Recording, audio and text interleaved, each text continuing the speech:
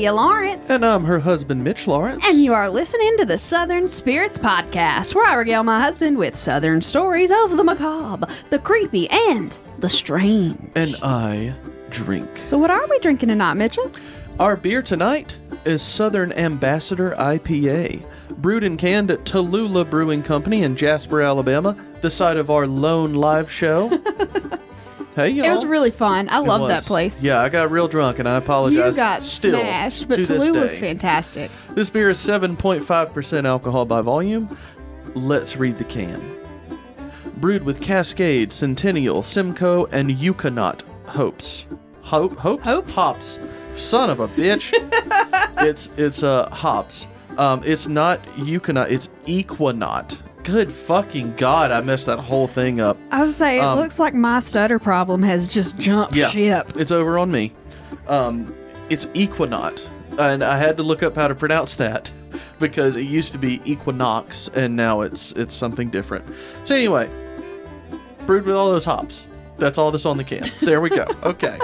And what I have to say about it, it's strangely fruity. It's like, Leah compared it to like dropping a cherry cough drop into a beer and just kind of letting it melt and soak into it. And it's so weird because like in a good way. Yeah. Because it's actually really freaking tasty. And it's not really bitter at all. It also gives me a heavy tobacco vibe, like a sweet tobacco. Okay, I've chewed tobacco in my life, so that's why. But it very much tastes tobacco-y, and a lot of beers, especially darker IPA type beers, will have a tobacco type essence to them. See, and I don't know what tobacco tastes like because my mom was a respiratory therapist and she would haunt my ass if I ever thought about doing anything like that. So like I said, it doesn't taste tobacco-y to me. It doesn't even taste like an IPA. It's more of like just a slightly bitter beer with like a cherry after flavor. And I really like it. It's really nice. And I don't really care for IPAs. They're not my favorite. But that one's really drinkable and nice and refreshing. And like I said, it does have that mild fruity sweetness on the back end that I think is fun. So. Very enjoyable. I like it too. I gave it a 9 out of 10. Our shot in the dark for the week. This is Redmont Vodka. I'll get to it in a moment about the special stuff that has to do with this. Produced and bottled by Redmont Distilling Company in Birmingham, Alabama. 40% alcohol by volume. Let's read the bottle, and if you don't want to hear this, you can skip ahead to about the 20-minute mark. Because it's really fucking long. I'm looking at really the back long. right here. Can you look at my screen? I mean, look at that. Yeah, it's a block of text right there. All right, here we go. Redmont Distillery takes its name from Birmingham's Red Mountain, the source of iron ore that was formed more than 400 million years ago. Along with limestone and coal, that red ore was one of 3 elements necessary to make iron, and the future site of Birmingham was the only place in the world where all 3 were found in such proximity and abundance, a miracle of geological happenstance that led to the founding of the city in 1871. Paragraph 2. In 1904, the city fathers commissioned a statue of Vulcan, the Roman god of fire and the forge, as a symbol of Birmingham's industrial might. Today, Vulcan, the world's largest cast iron statue, overlooks the city from atop Red Mountain. Redmont Distillery is proud to pay tribute to Birmingham's history by featuring an image of Vulcan that adorns the front of each bottle we produce. Paragraph 3. Our pride in Birmingham is part of Redmont's core value of paying it forward, locally, regionally, nationally, and globally. Visit redmontdistillery.com for details. Now, the last part admittedly could have been left out, but I have a policy about putting whatever they say into my notes. So that's not an ad. They're not paying us for this. I wish they were. God fucking damn it. Because Leah said that she found out that Charles Barkley is an owner of this. Yeah, I didn't he's an know owner that. of it, and he's been doing ads for it on Facebook. Yeah, really? Okay. Well, I mean, on everywhere, but I've seen the ads on Facebook of him saying, it's the best vodka, and everybody's in the comments going, Charles, no, it's really Charles. not. I think it's fine. Now, but let me say this. We had this way back on episode 1. Yeah. Okay, this was the first liquor we ever had. I do not recommend listening to that episode. I did for a minute just to make sure that's where this came from. It's not very good. Don't listen to that. I mean, you can, but maybe don't. Go for it. It was fine then, but I wanted to revisit it, and I went to the state store, and it was, this liquor's like $30, I think. So Yeah. I was like, hey, let's try that again. It's been over 3 years. Let's try it again. I wanted to revisit it because we've had so many other vodkas, and I was like, this is the first one we had. It'd be fun. Let's see. And it's much better than I remember it being, because I didn't really care for vodka when we started the show, but after doing, this is our 165th main episode. Yeah. So I've had, I would say, anywhere from 30 to 40 different vodkas. Maybe not that much, but close. It's been a lot of vodkas. And this is actually one of the better ones that we've had, I would say. This and like the Elizabeth vodka's up there. Tito's is definitely up there. This is a 9 out of 10 on ice. It's so much more smooth than I remember it being. It's so easy to drink. And spoilers, we just recorded a Patreon right before we did this. And I've been drinking the Kirkland French vodka for like 4 months on Patreon episodes. And that vodka's harsh and I don't like it. Leah likes it. I don't. This one is so much easier to drink than that one. So 9 out of 10 on ice. I made myself a on ice daiquiri with mango daiquiri mix. Real good, 10 out of 10, so 9.5 out of 10 overall. I wish I had done a frozen daiquiri, but I also didn't want to waste the time making a frozen daiquiri, so, here we are, and we are finally done with the liquors, almost 7 minutes in, Leah. So that's everything that I've got. I actually really like our choices this Good. week. We're Still in Patreon mode. But we're revisiting old favorites. So Tallulah we haven't had on for a while, but we love them. That was great beer, and like I said, this vodka's fun, and Charles Barkley's on board now, so that's fun. He may have been on board from the start. I was thinking he might have been, but I hadn't heard that he was part of it until he started doing those advertisements for it. But they've got new packaging. It's really lovely. The label is much different. Yes. Yeah, it's a lot different than it was before, but it looks really nice. It's a nice bottle, really decent vodka. So, good job, guys. Yeah, good job, everybody. So, Anyway, I like Redmont now. So, who'd have known? Who'd have thunk it? Way back in 2018 when we started, that I would enjoy Redmont after listening to that first episode when I was all hoity-toity and trying to like have a personality and shit. What are you doing, asshole? Trust me, y'all. I just listened to it a few minutes ago to be like, we got Redmont on the first episode, right? Yeah. And it was like, oh, what are you doing, man? Anyway, we do have a fun announcement, though. Oh, announcement. Yeah. Hold on. Let me find something worth doing. Let's go pigeon. Let's go rhino. Oh. That's a peacock. And the rhino's still going. Shit. I don't know the soundboard enough. Let's do deflate. Ew. All right, announcement. Well, that was a good sound for it, I'm sure. It's nothing special, guys, but we have actually opened up a merch shop. The link will be in the show notes. It'll be on our social medias. I mean, if you want to like just message us on Facebook or whatever and say, hey, what's the link? I'll send it to you. I mean, but it is the website link on our Facebook page and our Facebook group. So if you're interested, you can find the link to it there. It's a merch store. Do not feel obligated to purchase anything, but I have been getting lots of comments saying, "Hey, for a couple we've been years waiting now, for merch for like 4 years." Yeah, we've been waiting for a while. Have you got like shirts or shit? And it's like, Anyway, after years of dragging my feet and not fucking doing it, I just sucked it up and made the store. So, there's merch in there if you're interested. If you're not, that's super duper fine. There's not a lot to pick from. There are quite a few different designs on a few different things. Yeah, there's shirts, hoodies, tote bags, bottles, or cups or something like that. Coffee mugs, dog bandanas, that kind of thing. Standard, nothing crazy fancy, but it's fun. And I designed most of them. So, give it a look. It'll be fun. If you don't like it, don't buy it. It's perfectly fine. But check it out if you were ever interested in merch. We have it now. So, yay. It's through the... we should reiterate that we're not doing it to like make any money off of it. We get like $1 or $2 depending, because it's one of those sites. It's Spreadshirt. Yeah. If you didn't know. It's drop shipping merchandise, print on demand. If you didn't know, like, we don't get charged for using it, but they have a base price for everything, and you can set it however high you want over that base price. And we've got them set to like we've got it set as basically as low as you can get. So if you're like $30 for a hoodie, be like, Because like Tell we're Spreadshirt getting that. about 50 cents off of that, so you can tell Spreadshirt if you don't like it. Yeah, But, you like I know, said, we've set the prices as low as possible because I personally don't like paying an exorbitant amount of money for merch.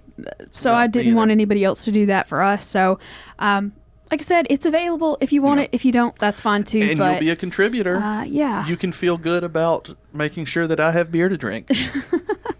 or just wearing a fun shirt because there are possum designs. There's a gothy version of our logo. There's the regular version of our logo that says "Hey y'all."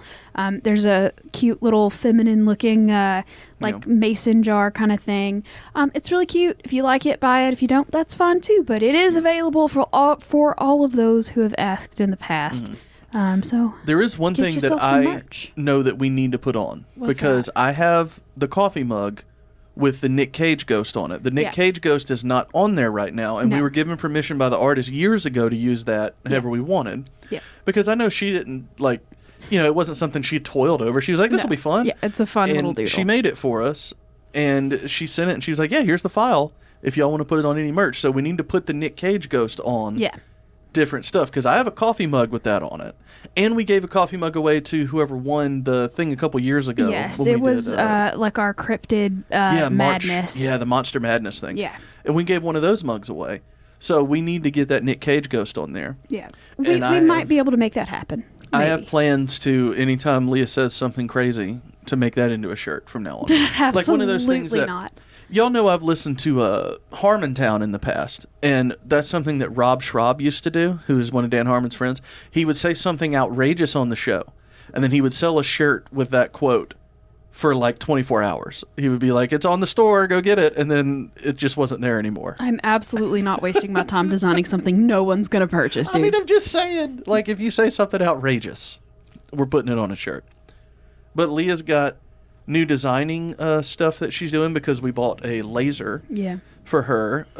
So she'll have an Etsy store soon that isn't related to the podcast. Yeah, not related so- to the podcast in any way. It's just something that I've always wanted. I've always wanted a laser, and I cannot keep all of the things that I make with my laser because our house is small and I make things prodigiously. So, Yeah.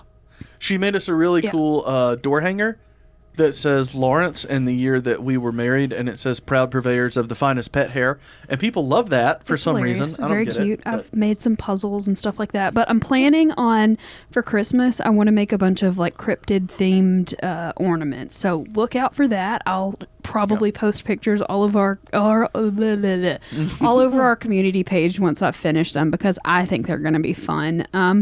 But yeah, those are updates in the Lawrence household. Yeah. So I have another one. merch is available. Laser stuff coming. What you got? I have another update. Y'all know we have a Thermomix. We've talked about it on the show, and they're incredible. What, you don't want me to tell? It's tied into our sassy Southern saying. Oh, man. is it? Okay, never mind. You're Never ruining mind. my life. Go ahead. I didn't know. I don't know what's coming up in the show, so go ahead. Go ahead, and we'll talk about it. We'll Go get ahet there shortly. Okay. Are you All talking right. about last night? Yes. Is that, okay, perfect. Perfect. I can't wait. Go ahead. Let's get into our sassy Southern saying of the evening. Okay. Our sassy Southern saying. The phrase is 6 ways from Sunday. And I'm going to use it Okay. in a sentence. Go ahead. Ugh, that COVID's got my tummy messed up Tummy. 6 ways from Sunday. My tummy. My tummy. Yeah, okay. So here's where the story comes in. I don't know what the actual saying means 6 ways from Sunday, but I know that it Would means you- really bad. So let me not put it that really. way. So let me, before you get Yeah, into the go story, ahead. let me explain what 6 ways from Sunday means. Please. So 6 ways from Sunday means every possible way.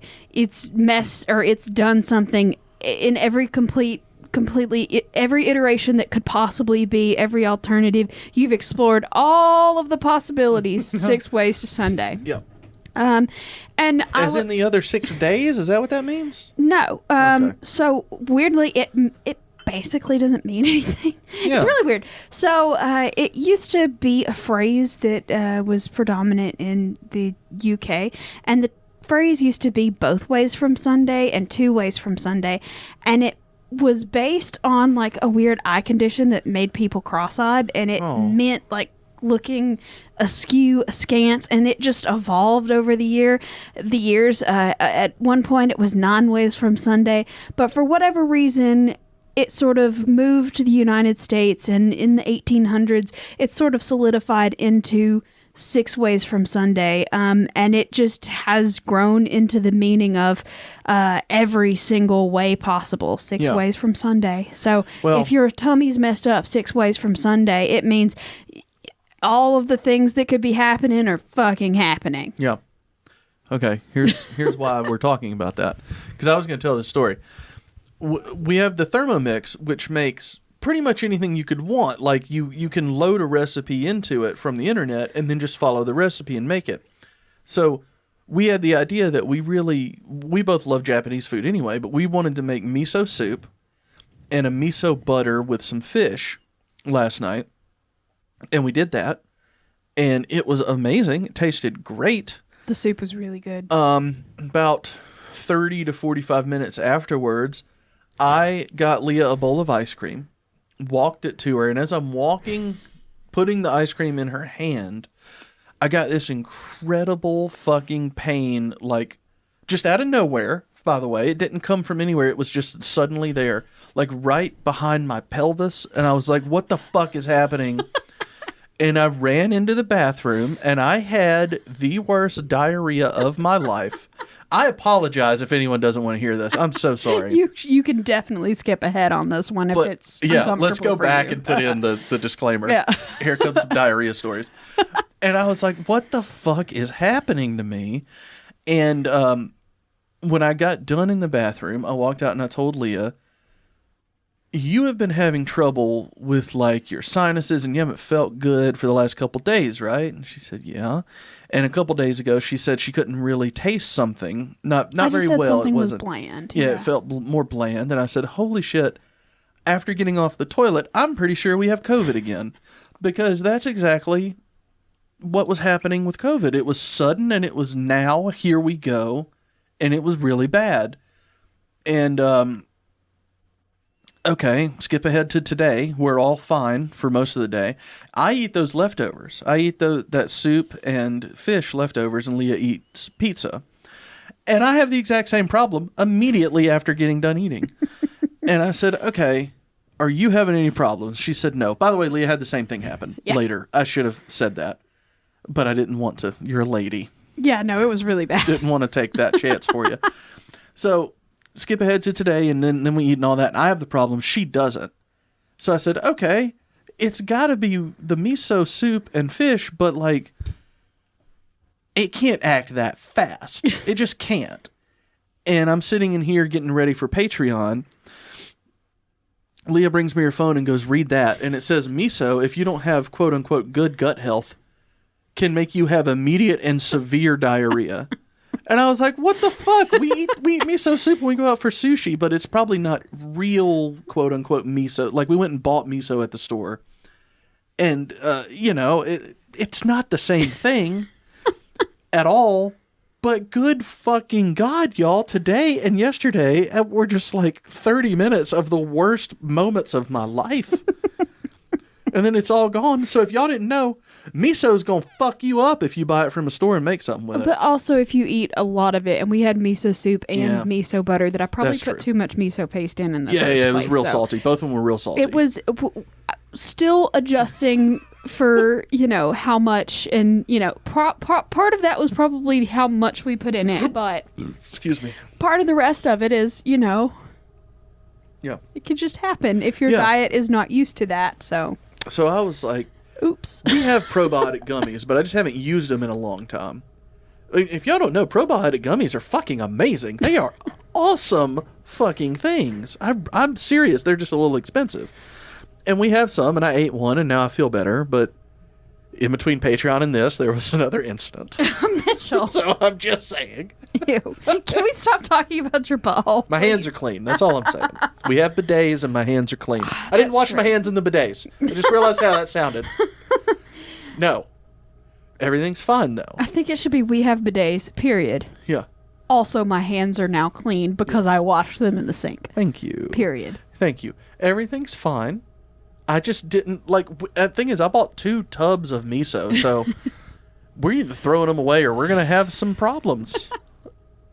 This is not anybody else's like There's problem. a whole Japanese cookbook in the Thermomix. Yeah, there is, and Like, a lot we of got it does use shit to miso. make. So, anyway, weird story, but that was our sassy Southern saying Yeah. of the evening. Anyway, the miso fucked my tummy up 6 ways to Sunday. It sure did. And we don't have, well, we assume we don't have COVID. No promises, but Like- yeah, Alabama is like a clusterfuck right now. Yeah. So, That's another reason. I thought, see, we were going to record last night, and then we both shit out our insides. So we were like, okay, well, let's just go to bed because we don't feel good. We didn't really feel bad, but like it was enough, you know. And I was sure that we had COVID again because nothing else was wrong with me. It was just that thing. yeah. I don't think we have COVID, so that's good. I don't either, especially because you didn't have the problem that I had today. No. So, you know. Fingers crossed it was just the miso. But anyway, are you ready to stop talking about bodily functions and get into a fun story? Sure. I just want to say miso is wonderful. It is, in fact, the D word, but I don't, at this point, believe that it's worth it anymore. Okay, So, well. fuck you, miso. All right, well, fine. I mean, I'm still a fan, but whatever. Anyway, so we're going all the way to Bessemer, Alabama, and we're going to be talking about Hazel Ferris. Bessemer's close to Birmingham, It everyone, where Redmont is located. Is that Limestone County, Jefferson County? Where's that? Which one?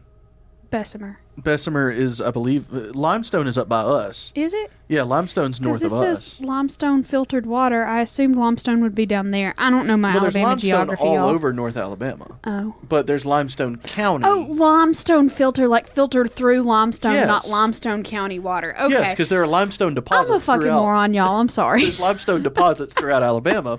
That makes but- sense. Makes but way more sense. Bessemer is south. Yeah. So that's like Jefferson County, right? Yes. Okay. Anyway, If it's not Jefferson, it's St. Clair or something look, like y'all, that. I'm bad at Alabama geography. There's like 60-something counties, 64? No, 67. 67 counties. think. And I had to learn them in 4th grade, and I didn't do very well on those tests, so Yeah. my bad. Anyway, we're going to be talking about Hazel Ferris and how she ended up in Bessemer. Okay. It's going to be fun. How okay. exciting. This was a really interesting story I had never heard, and I found it, and I was like, what?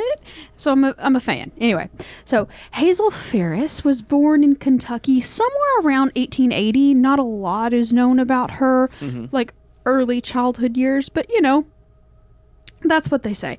About 1880 in Kentucky, and she was, Leah. orphaned as a child. She ends up, getting married, settling down near Louisville with her husband, and they weren't the best couple in the world. They were both known to be pretty heavy drinkers that were both pretty fucking violent towards each other, and not the best domestic relationship in the world. Let's just put it that way. Okay. And according to the stories, and a lot of this is a lot of folklore because we'll kind of get into it later. Not everything matches up to hard facts, but we'll talk about that at the end. But according to the legends, on August the 6th of 1905, the couple had this big fight because she wanted to buy a pretty new hat, and he was like, fuck you, I want to drink that hat money, so you're not getting a hat, right? Yeah. Don't you want to drink the hat money? Dat Hat Money, Dat though. Hat Money dough. And she's like, fuck you, I'm going to get a new hat and I'm going to go drinking, so fuck you. And it just became a problem. And they get into this big old argument and they hit each other, and then oopsie daisy, she ends up shooting him, and Aw. he dies in the floor of their living room. It was an accident. It was an accident. Yeah. So the neighbors hear all of these, gunshots. So normally fighting is something that they hear from these folks pretty often, but the gunshots are new, and they're like, sounds like a problem. So the neighbors don't even show up in their house. They just immediately summon the police. They say, hey, police officers, I mean, they fight a lot, but this is the first time we've heard guns, so maybe you take care of this. So they did. And when the police get there, she ends up fatally shooting 3 of the responding officers. And then a deputy sheriff ends up hearing all of the commotion of the other officers being shot, and he tries to investigate, but he ends up trying to restrain her. But shot in the dark. Oh, it's Tom. It's Tom. Okay. Should I pick a gun, or should we just go with... Just go standard gun. All right, standard. Load gun, shoot gun.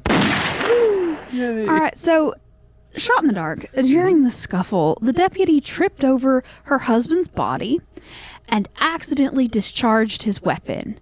Shot in the dark, the bullet took a part of a body off. What body part? What is it? Body off. Yeah, the bullet took a body part off. What body part was it? Okay. Was it A, Hazel's right earlobe? Was it B, Hazel's right nipple? Or C, Hazel's right ring finger? You better believe I'm going for the nipple, Leah. I'm saying nipple. I knew you would go for the nipple. Yeah, that's why you put it in there, isn't it? It is why I put it in there. But it was actually her right ring finger. Shit. Crikey. I was just seeing what that was. Okay. I was going to go with that being the fail. Okay. And, yeah. Oh, hate that. Anyway. Still slightly off key. Yeah. It's really upsetting, isn't it? So yeah, he trips over her husband's body. His gun accidentally goes off, and it shoots off the right ring finger of her hand. And eventually, she breaks free of the officer, grabs his gun, and shoots him. Give me the ginger ale. Oh, sorry. Sorry. I need something to chase this with. There you go. Thank you. But, so she's killed 5 officers and, 4 officers and her husband. So 5 people in total. Good God. So she's, wanted for homicides, multiple homicides. And eventually they end up putting a bounty out on her for $500 for her capture alive. So she ends up fleeing from Kentucky like any smart person would do. And she eventually makes her way all the way to Bessemer, Alabama, and she sets up in Bessemer and pretends that she is not herself because herself is wanted in Kentucky. Yeah. So she sets up a new life, and there are 2 different stories.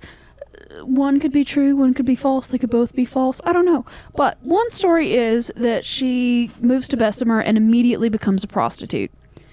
Oh, Maybe.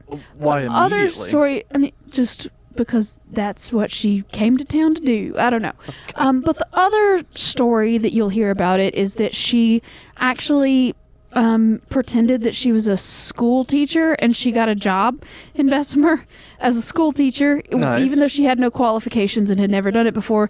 They were just like, "Are you a school teacher?" And she's like, "Fuck yeah." And she's like, "Okay, I can do this. Children, yeah. write your letters." You know, that kind of thing. I'm a school teacher. Yeah. And so apparently either way, whether she's, a sex worker or a teacher, she ends up drinking a lot because, she already did, but now she's like, a wanted felon and she murdered some guys. So, she drank a lot to sort of ease that situation in her mind. Yeah. And, whatever. But eventually she meets a nice man from Bessemer and, they start courting, having a great time.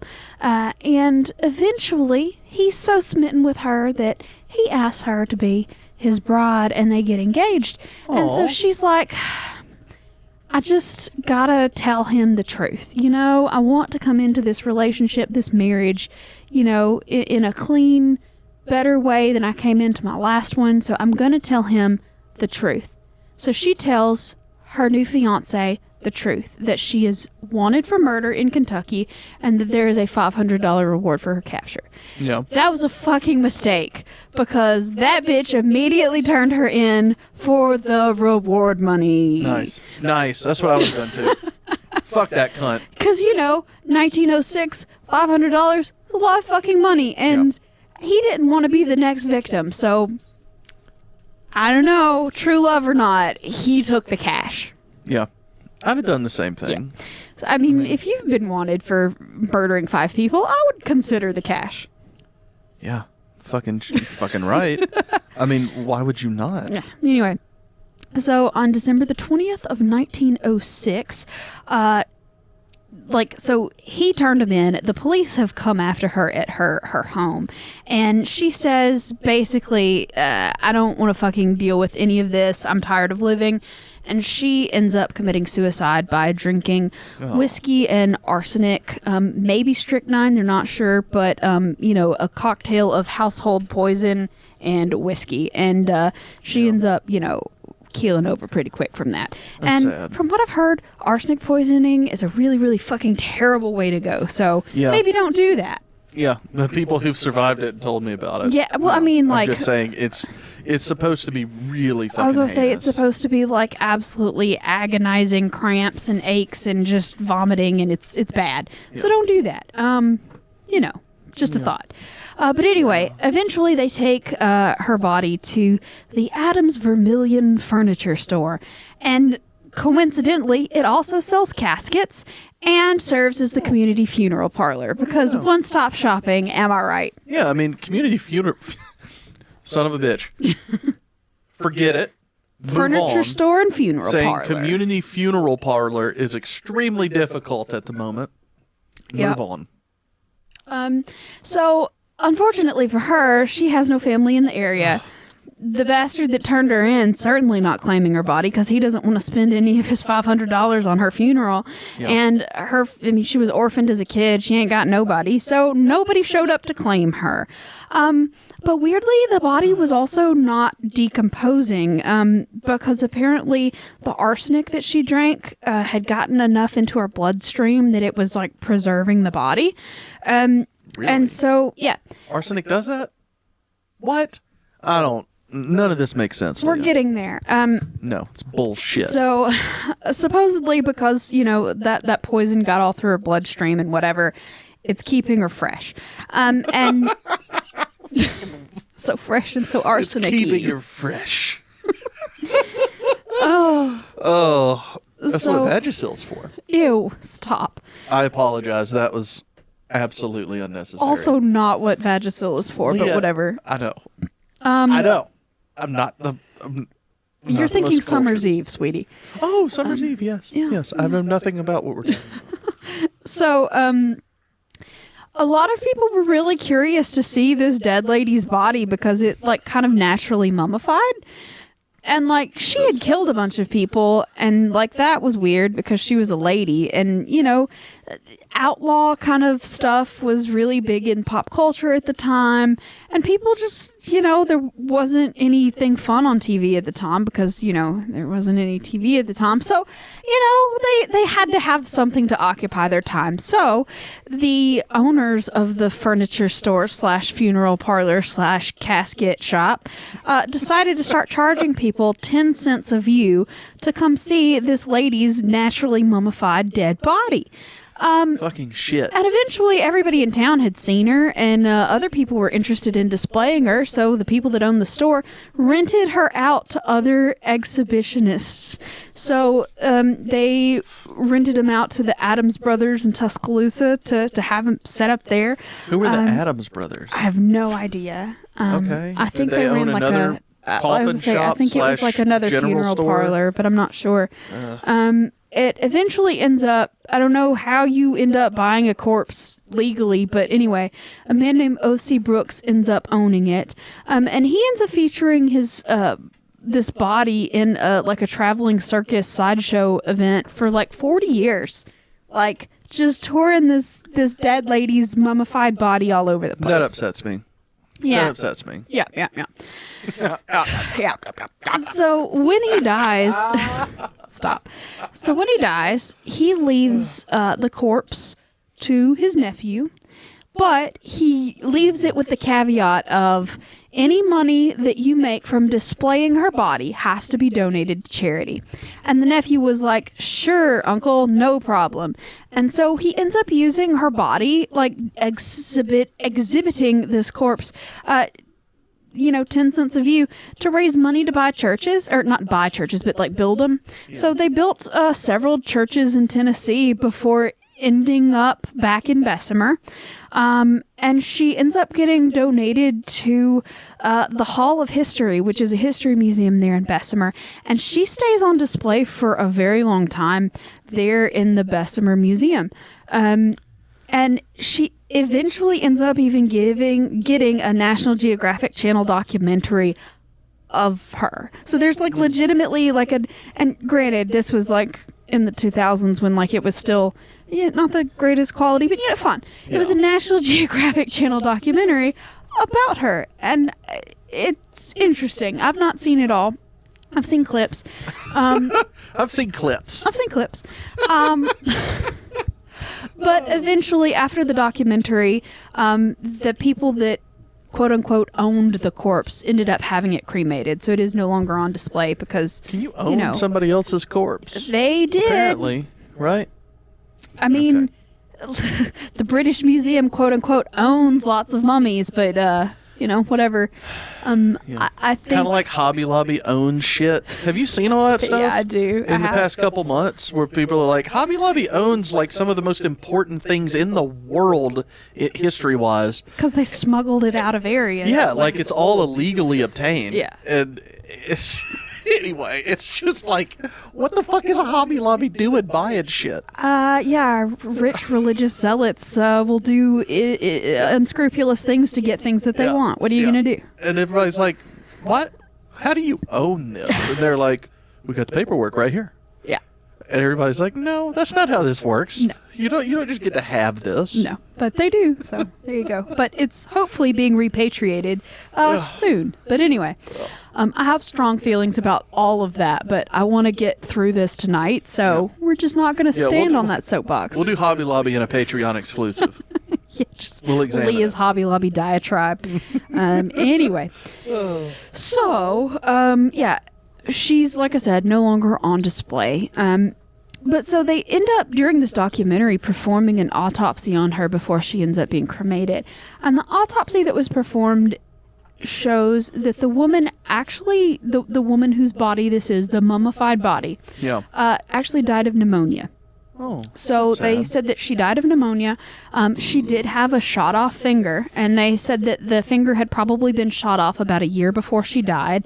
And they also said that the body was chock full of arsenic, but they don't think that it was ingested arsenic. They believe that the body was bathed in arsenic, which arsenic turns out was an ingredient that a lot of embalmers at the time, like this is the time period where a lot of like creepy doctors have decided that they're going to make forever corpses. Are you saying doctors? Doctors, like in quotes? Yeah, in quotes.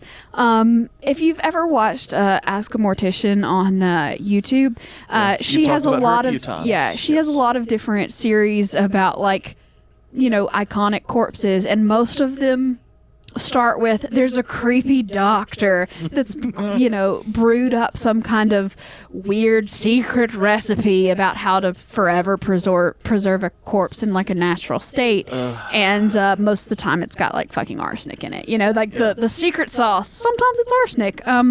So like I said, they basically believe that they sort of found a story to match to the body and maybe didn't have the body's actual history. You know what I mean? Yeah. So it's very possible that this woman and this story don't go together. And it's very possible that they do. But that some of the circumstances were different. Like I said, the name that was always attached to her was Hazel Ferris, but they don't know if that was attached way later, way before. Yeah, exactly. So, like I said, the veracity of this story is very shaky just because of the way the body actually died. Definitely probably the end. She probably did not drink a poison. If it was Hazel Ferris, like that, I mean, and there was a Hazel Ferris that did murder all of these people. But like I said, the whole end situation, the fun shootout at the end, drinking arsenic thing probably didn't happen. So like I said, it's an interesting story, and I had never heard of the mummy that was on display in Bessemer for a long time. So I thought it was interesting one of those macabre, creepy, and strange little pieces of Alabama history that I hadn't known before. That story's pretty fucked up. Yeah. So I agree. It's a good one to be featured. Yeah. So I like it. Anyway, most of that information came from, I found the information on a blog called Mummy Stories, which is neat. And I believe the person that writes that is from Alabama. And it is just a whole blog about stories about mummies, which is fun. And then also Wikipedia, because our good friend, how could you not? Yeah. Gotta use Wikipedia. I agree. Wiki. Well, motherfucker, that was kind of strange, to say the least. Macabre, creepy, and strange. Yeah, it was macabre. Not necessarily creepy, but fucked up. Yeah, a little fucked up. Yeah. But I like That's what you should change it to, the macabre. The creepy and the fucked up. A little fucked up. Yeah, but that one's a little fucked up, but we can go fucked up. That's true. There's a lot of stories that I just haven't done because they are fucked up. But you've done a lot of fucked up stories. That is true. That is true. But I try to not go there every week, for my own mental health. Yeah, you're very thoughtful. Yes. Thank you for that. All right, well, it's time to take a break and let the camera cool down and let us cool down. Hopefully, I won't have any more miso explosions. Ew, Mitchell. Is that a thing? Please stop making it a thing. I'm sorry, everybody. I just didn't know this, and I'm fascinated to know that well, miso now is everybody such a else problem. knows too, so. Yeah. Well, I mean, if y'all didn't, don't just go out and buy some miso and be like, I'm going to have a good meal tonight. Y'all, we're going on break, so. Yeah. Bye, y'all. Okay, well, we'll be back soon. We'll be right back. Bye. And we are back, and our dog has got the fucking zoomies. Yeah, so he if y'all does. hear that, hey, Dobby, can you do me a favor? Can you shut the fuck up, buddy? He said nope. Good boy. Yeah, he ran out of the room when I was in the middle of can you, and he just went, nope. There he is. Okay. So if y'all hear that, that is off camera and very goddamn loud. Yeah. So. But our cat is in his box. Yeah. So Steve if you're came back for the second half. So. If you're watching on YouTube, he's taken the box of honor. Having a great time on the table. The box of honor. He's also bitten me like 3 times in the last 30 seconds. Yeah, you kept petting him, though. But he asked me to pet him, and then he was just like... Yeah, but he gets to a limit, and he goes, that's enough. Fuck off. Stop. All right, well, my bad, I suppose. Look, he's a sweet man. Look. He is a sweet man, but he's also an asshole. He's an old boy. Yeah. Well, we are going to be going to the great state of Tennessee. We're going to be going to Knoxville specifically, and we're going to be talking about the Baker Peters house... and the haunting and the bullshit that goes on there. So you seem really invested in this story, Lee. Look, the Baker Peters house and all the haunting and the shit and the stuff. Anyway, let's just get on with it. We've been recording for hours and my face hurts, so let's get on with this. Leah's having some kind of sinus thing as well. Yeah, like pretty sure it's the COVID shits. I don't have the COVID that are migrating shits. up to the face. Look, if that has migrated to our face, we're all doomed. Yeah. I'm about to COVID shit out of my nose. Zombie apocalypse, patient zero. It's going to be a problem. Oh, God. Anyway, so, yes, Knoxville, the Baker Peters house. Okay. So, we're talking about Civil War era, obviously. And, yeah. That's basically all anybody tells stories about down here. So there you go. Yay, but in a different light than we're about to cover. Yeah. So let's just make that known real quick. That Also it's true. not like, this is not about heritage. No, this is just about a And creepy not hate. house. So yeah, it's a restaurant now. We'll get there. Anyway. In other tellings of this story, the ghost is the good guy. No, there's, no. There's a lot of interesting stuff. So just hush and let me get on with it. All right. We also just saw a commercial that nacho fries are back. So as soon as we're done with this, we're going to go have more diarrhea. Can you stop? I You can't are being wait. so gross. I can't wait.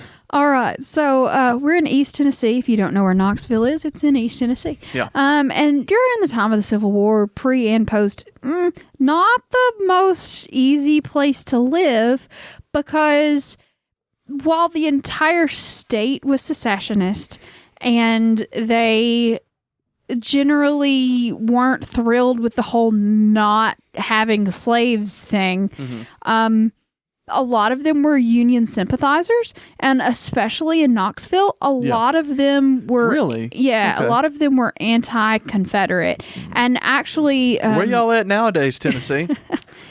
Well, Knoxville specifically, and so a lot of the residents of Knoxville gave the Confederacy hell to the point where they would specifically cut their own rail lines to prevent supplies from supplying the rest of the Confederacy.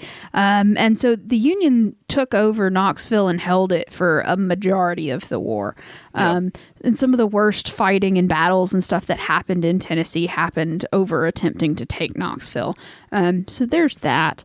But yeah, so if you were a Confederate sympathizer in this area, probably not the best for you.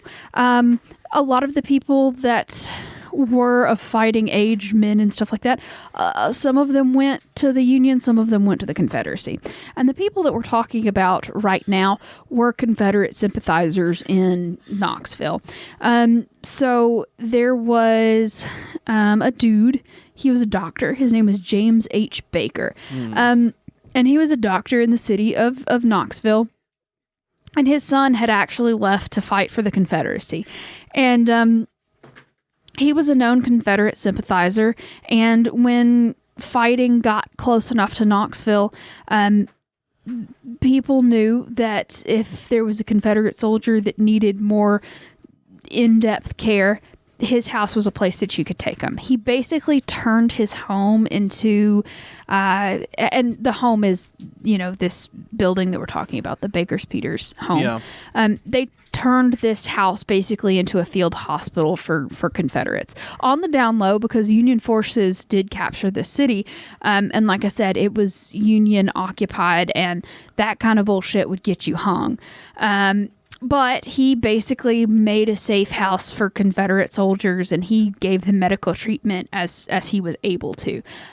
Which, once again, not the greatest idea in a place where that can get you hung. So shot in the dark. Oh, it's time. Okay, just plain Jane, load gun, and shoot gun. God damn it. That didn't sound good. It's fun. So, shot in the dark, a man named William Hall told the Union troops exactly what Dr. Baker was up to, and where he was doing it, what he was doing, etc. He was just the rat, and he told them everything that was going on. So the question is, what was William Hall's occupation? Was he A, the postmaster, B, the train station master, or C, the newspaper printer? Okay. If he knew the doings and all that, I'm going to say that he was the train station manager. No, he was the postmaster. Fucking shit. Okay, so he was reading all the mail. Yeah, he was reading all the mail. Well, that's also a felony, but that's a fucking federal crime, actually. Yeah. But But they had seceded. But anyway, fuck it. That's true. They didn't have to answer to that. So. Yeah, he was the local postmaster, and he reported Baker to the Union authorities, told him exactly what he was doing, saying, hey, this guy is definitely not on your side. Maybe go take care of it.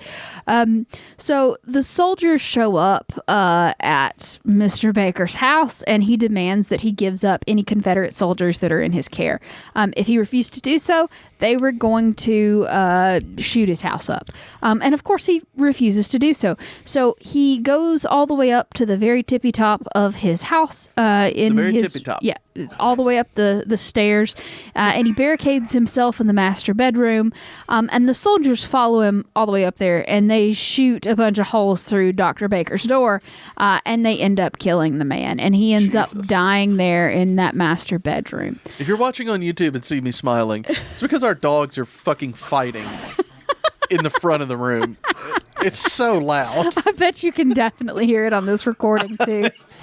They're having their own little fighting. civil war here. They're enjoying themselves. They're having fun, but they're full on wrestling. The big one is, the one who tries to control things, and the little one's the fucking aggressor. Anyway, I'm not smiling at the story. It's the dogs being very loud. Baby girl, knock it off. It's not her fault. I know, he's a little bastard. The little fucker, fine. Dobby. Yeah. So, I'm sorry. so he's dead, and okay. Yeah. Sorry, everybody. The barricading and the shooting. Yeah, he's dead. But that's not, where this story ends. Well, the story. Where this story ends. Because Dr. Baker, like I said before, had a son who was off fighting for the Confederacy. His name was Abner Baker. And Abner comes back after he's done with the whole losing the war thing. And he shows up at home and he realizes daddy's been killed. Oh, shit. Oh. And he hears what happened to his daddy and that the postmaster, William Hall, was the one that turned him in. And so Abner was not happy, was a little pissed, if you might say something. Anyway, he shows up to the post office and he shoots William Hall right through the chest. What is going on? He was avenging his daddy's murder, I guess. And once again, that's not where the story of murdering people ends. Well, I was going to say. Because Abner gets arrested because he obviously shot the postmaster. Yeah. But instead of letting him have a trial, apparently angry mobs taking prisoners off and hanging them themselves. Yeah. This is definitely the era when that happened all the fucking time. Lynchings, yeah. Yeah, so an angry mob grabbed him out of the jail and hung him up for killing their postmaster. Yeah. So it was a, bang, bang, bang kind of situation, back and forth of bang, bang. I'll kill you, you kill them, they kill you back. It's a whole thing. So, we got 3 people dead from this one situation. And so the house is supposedly haunted by both of the ghosts of those men. So, Dr. Baker and Dr. Baker's son. And then also, because it's, antebellum South, or, Bellum South, I guess. It was an antebellum home, but, this is, anyway, it's after the war. Basically, Dr. Baker was also a known slave owner. Yeah. And it was a manor house. It wasn't really a plantation, but he still had slaves as household, slaves. And they had, slave quarters that were in the bottom of that house. The entire basement portion of it were slave quarters. And there was a stairwell that joined the baker's bedroom, like the top room, all the way to the bottom. So in the middle of the night, he could just go down and beat him or whatever if he wanted to. Oh, nice. Yeah, not great.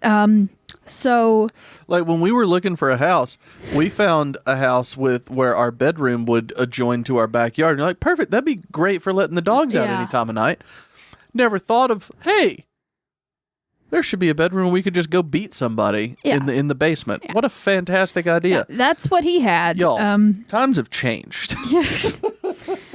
But yeah, so, and honestly, a lot of people say the most malevolent, uncomfortable, bad feelings in the house come from the basement because obviously people were tortured down there. I mean, and regardless of how he quote unquote treated them, being in bondage in any way is fucking miserable, and that kind of human depression and misery kind of leaves an ick on a place. Yeah. And I have a feeling that's what's happening in that particular house. If you believe in that kind of spiritual echo kind of thing, if you've ever been to a location, and I mean I have, because I live in the South, and you can't go on a field trip without hitting some slave quarters down here. This is where slaves blah blah blah. Yeah. And it's like, okay, well that's just fucking great for me to be involved in this again. Yeah. So like I said, if you've never been to a place where that had gone on, there is, I mean, and maybe it's all mental, because you knew what happened there, but there is this uncomfortable feeling. And like I said, part of it's white guilt, not gonna lie, but I think some of it is still that residual feeling of just absolute utter misery. So like I said, that is 100% a thing that happened there. But everybody that it's a restaurant now. It has been a few different restaurants. Oh, Jesus fucking Christ. It was a jazz club for a while, but now it's Finn's Tavern. It's an Irish themed tavern and pub. It looks pretty good. I looked at the menu. Anyway. Looks pretty tasty to me. Shit, Well, I'm interested in a good menu, all right? But yeah, so it's like I said, it's an Irish restaurant and pub now called Finn's Tavern.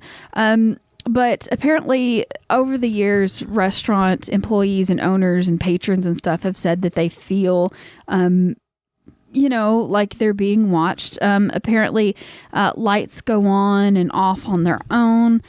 Sometimes they see the apparition of a lantern floating in the building. Managers report that items move, glassware falls a lot when there was no one there to sort of push it off. Just a lot of the normal, like, haunted restaurant tropes that you'll see. But people think, this is a creepy fucking house, and you can eat in it. And actually, if you're very interested in this story, they actually several times a year do like a dining paranormal experience where they'll close it down to regular patrons and you buy a ticket for this event and they serve you a 3-course meal and then you get to go on a ghost, like a paranormal investigation throughout the entire house, and it's like late at night and that doesn't sound you too get bad. to have a 3-course meal and you get to go on a paranormal adventure. How exciting. They do I'll just that- take the yeah. meal.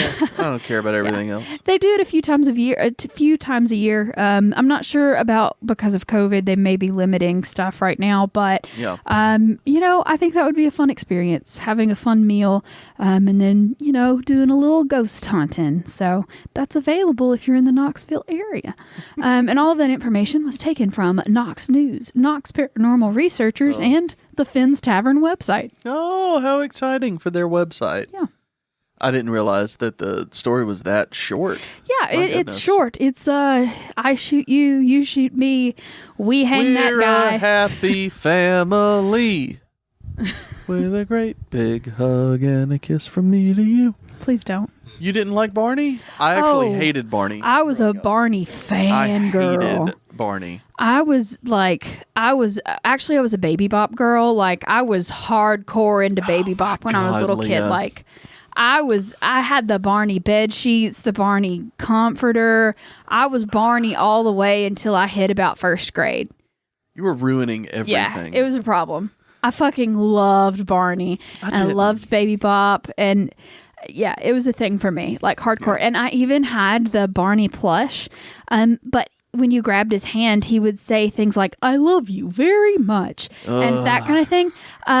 But it's very scary. But when we moved, when I was in first grade, we moved from a different house in the same town to the house that my parents, my dad still lives there. And so, like, all of our toys were taken over, unboxed, and all that stuff. And I had been sleeping with this Barney doll there, like I did at the old house. But eventually, I don't know if, like, some of the wiring got fucked up in the move or something like that, but I was sleeping with him one night and I rolled over and he starts saying, "I love you very much," and then he starts singing, "I love you, you love me," and it wouldn't stop, and it like scared the absolute shit out of me. I I'll like bet. threw it around, like trying to get it to stop, because it was only supposed to say like 2 or 3 seconds of something at a time, and it just like got stuck going over all of its phrases. Look, I'm And terrified of that right now. I was gonna say, it scared me so bad that, like, I'm not kidding. My dad took it and cut the wires on it and like put it in a closet, and like that night. and I never like my Barney obsession literally ended that night because it scared me so bad, and I stopped watching it. I stopped doing anything with it because that Barney doll freaked me the fuck out. Leah, I moved on to Pocahontas after that, and that became my new obsession. But yeah, That is terrifying. yeah. It was really scary. That is fucking And I'm sure it was just a terrifying. fucked up like electronics voice box, Yeah. but like, whoo. Holy shit, that It's is really scary for a 6-year-old. terrifying. Yeah. I'm scared of that right now, and I'm not kidding. It was just a plush. He was probably about 18 inches tall, just a little plush Barney.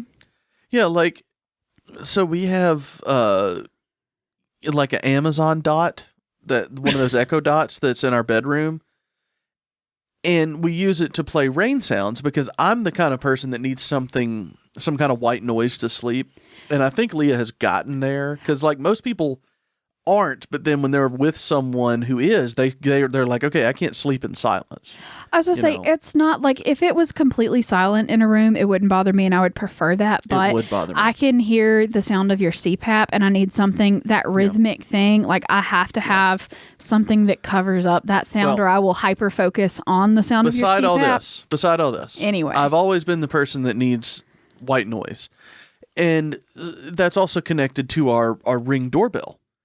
And it also gets Amazon updates. So at any time when that ring, when the rain sounds is interrupted, like if we've had a couple instances where a dog or a cat, like a stray dog or cat, has walked by our front door, and it said motion detected at the Ring, and it wakes me up, and I'm freaked out for about an hour and a half after that. Yeah. Because it breaks that silence, and it says something is happening at your front door, and it's like, is it the fucking crackhead trying to break in? Meth head. I'm sorry. I was going to say, it has legitimately been the meth head before, so like it's a legitimate concern. He wasn't trying to break in, but he was at our front door needing assistance at like 2 o'clock in the morning. Besides that, every once in a while, there will be like a severe thunderstorm warning that gets activated at like 1 in the morning. And so if you don't have an Echo Dot, you won't know that noise, but it's a little notification noise that goes doo-doo. And it's fucking freaky when it cuts into the rain sounds. And it wakes me up. And then I'm like, what the fuck was that? Because then the rain sounds come back on. And it freaks me out for a good hour after that. See, and I usually sleep with earplugs, so I don't hear it. I hear it. And it's upsetting when that happens. So, like, when a severe thunderstorm warning comes in overnight, it is really upsetting. But, I could make it. I'm just saying, the Barney thing, that would scare the piss out of me. Holy shit, that would scare me. Scary, scary, scary. But anyway, are you ready for a Toasty McToasterson? Yeah. All right. Everybody hoist your beer high Going to get some nacho fries. Leah's going to drive. I was going to say I'd have to. I think you've had enough. Yeah. All right. So everybody hoist your bottle high into the sky. Yay. Right. This one's really bad, and I apologize in advance for everything that's about to happen. I can't wait. Old nine-fingered Hazel was swift with a gun. She thought she'd found love, but reward money won. That one was fun. Yeah, it's fun. This next one's the bad one. Nope. Shot through the heart with the union to blame, the postmaster gave Doc a bad name. Drink. Yeah, you're right. That was fucking awful. It was just the rhythm. Like Shot if you could find heart with the union to blame, the postmaster gave Doc a bad name. Yeah, okay. See, if you would have put it to that rhythm, it'd have been better the first time. But yeah. I understand. I understand what's happening there. It's trying to make it fun. It wasn't that bad. It was pretty bad. So, let's get nacho fries. And let's... I'm not driving you to Taco Bell. Okay, that's fine. I don't need it. I definitely don't need it. I want it, but I don't need it. Okay. If you want it, I'll drive you to Taco Bell. No, I'm fine. We don't need Taco Bell at all. I had miso. I'm good. Gross. I'm going to make it. Oh, all right. Well, yeah. All right. Well, if we're done, don't forget to look at our merch shop. Yeah, the merch shop link is going to be in the episode notes, so don't forget that. And while you're at it, follow us on all of your social media platforms. Send us an email, southernspiritspodcast@gmail.com. Join the Patreon, patreon.com/southernspiritspodcast. Send us a postcard or anything else fun to P.O. Box 1743, Hartselle, Alabama 35640. Leah, is there anything I've forgotten? I think that's everybody. Are you sure? Close enough. All right. Well, we will see y'all next time. Bye, y'all.